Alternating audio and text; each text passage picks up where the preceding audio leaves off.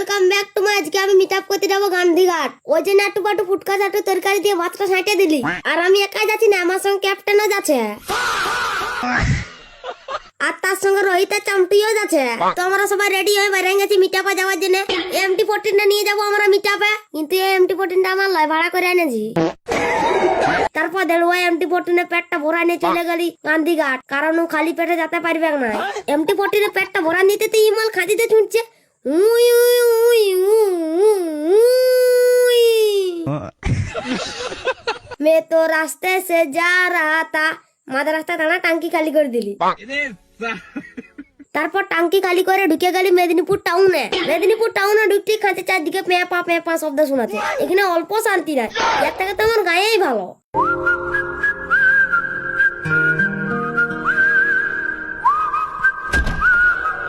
দেখো টাউনে তুমি সবকিছু সুবিধা পাবে, কিন্তু শান্তি অসম্ভব, ভুলে যা। ওটা তো তুমি শুধু এলে পৌঁছে গেলি গান্ধীঘাট, তারপর পুরো হিরো স্টাইলে খতরনাক ভাবে এন্ট্রিটা মারলি। তারপর হচ্ছে হেলমেটটা খুলতে সব ফ্যান গুলো চারদিকে ঘেরে দিল। খাঁচে গরম লাগতেছিল, ওই জন্য একটু নদী ধার দিয়ে চলে আলি বাতাস খাতে। এখানে এসে সবাই চারদিকে ঘেরে দিল আর ফটো তুলতে লেগে গেল। খিচখচ খিচখচ খচ।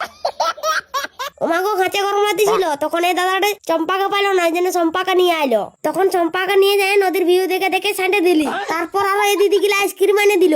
লেকিন দিদি কি উঠতা মাননা পড়েগা।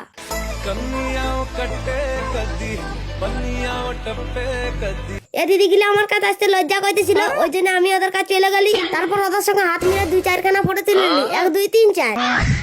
ইয়ে তো গড়বড় হে বাবা, ইয়ার টাসা পাটি নিয়ে সিনাতে আসছে।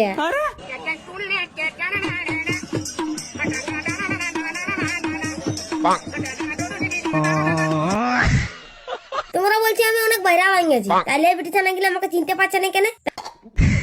তাহলে কি আর ইনস্টাগ্রাম চালায় নাই? বিটিছানা ইনস্টাগ্রাম চালাবা না, এটা কোনোদিন হতে পারে? তাইলে মনে হচ্ছে এরা বাংলা কথা জানা নাই। ওদের কথা বাদ দে।